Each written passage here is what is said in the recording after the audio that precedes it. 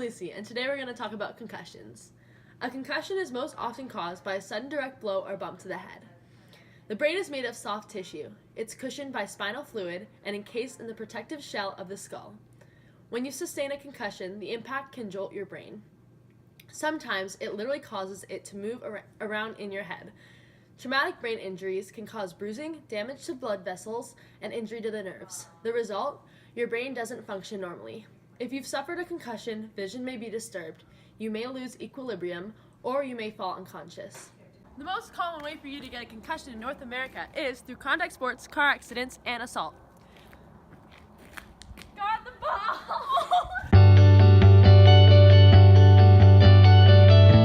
Symptoms may include headache, confusion, lack of coordination, memory loss, nausea, vomiting, dizziness, ringing in the ears, sleepiness, and excessive fatigue.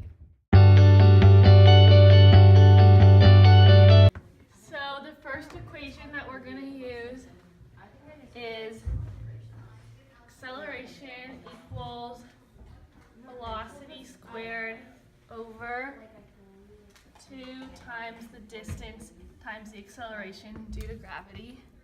And then the second one we're going to use is force equals mass times acceleration.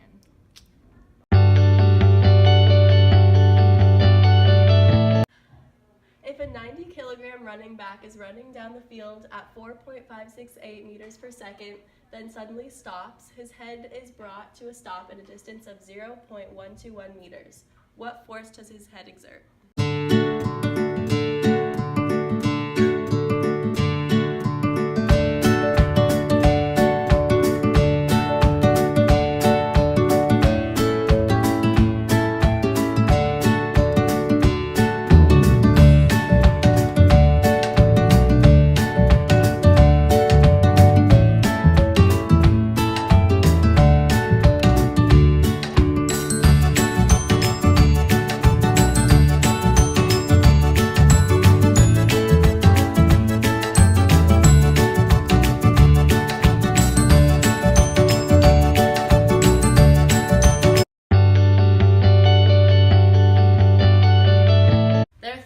Concussions, mild, moderate, and severe.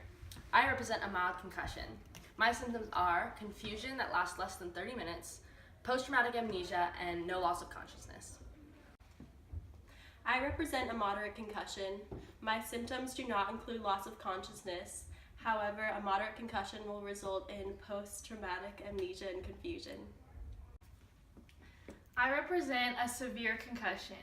My symptoms are loss of consciousness, which usually lasts for over 5 minutes, and amnesia that lasts for over 24 hours.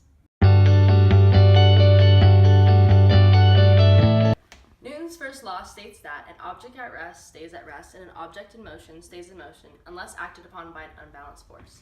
The brain within your skull is an example of Newton's first law. It will stay in inertia until an external force acts on it because it is suspended inside your skull. There is a fraction of a second when your body is in movement due to the external force from the sudden acceleration or deceleration movements, but your brain is still in inertia. When your head is jerked, the cerebrospinal fluid is pushed aside as your skull travels and comes into contact with your brain, acting as the force causing the brain itself to move, which extends to Newton's second law.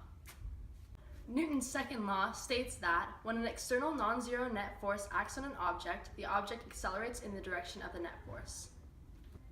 Newton's second law is able to explain what occurs after the skull initially comes into contact with the brain.